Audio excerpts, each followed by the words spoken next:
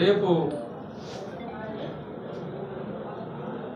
April 15 2 గంటలకి రాజాం హెలికాప్టర్లో మా నాయకుడు తెలుగుదేశం పార్టీ జాతీయ అధ్యక్షులు చంద్రబాబు నాయుడు గారు చేరుకుంటారు. రాజాం నియోజకవర్గ ప్రజలందరూ కూడా మన నాయకుడిని ఆహ్వానం పలకడానికి 2 గంటలకే పాలకొండ రోడ్ అంబేద్కర్ జంక్షన్ దగ్గరికి అందరూ చేరుకోవాలని మీ ద్వారా వారికి కోరుతున్నాను. ఈ రాష్ట్రం అన్ని విధాలా నాశనం అయిపోయింది. జగన్మోహన్ రెడ్డి టోటల్గా నాశనం చేశాడు. ఈరోజు చనిపోతున్నారో లివర్ పాడే వీరందరూ కూడా డాక్టర్లు కేటగిరీగా చెప్తున్నారు. ఫస్ట్ టైం మేము చూసాం.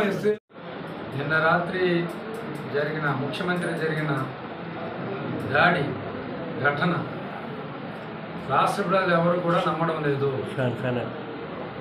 జగన్మోహన్ రెడ్డి ఆయన గట సెక్యూరిటీ కావాలట, ఒక పోలీసుని పెట్టాడు, అంటే గార్డ్స్ ఇచ్చాడు. ఎందుకు ఇవ్వాలయా నువ్వు?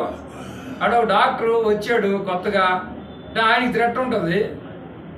మేమేమో మాజీ మంత్రులుగా చేసి మేము జనాల్లో తిరుగుతూ మేముంటే మాకేమో పోలీసు రక్షణ ఇవ్వా? నువ్వేం చీఫ్ అయ్యా? పనికి మాల చీఫ్లు ఏం చదువుతారా మీరు?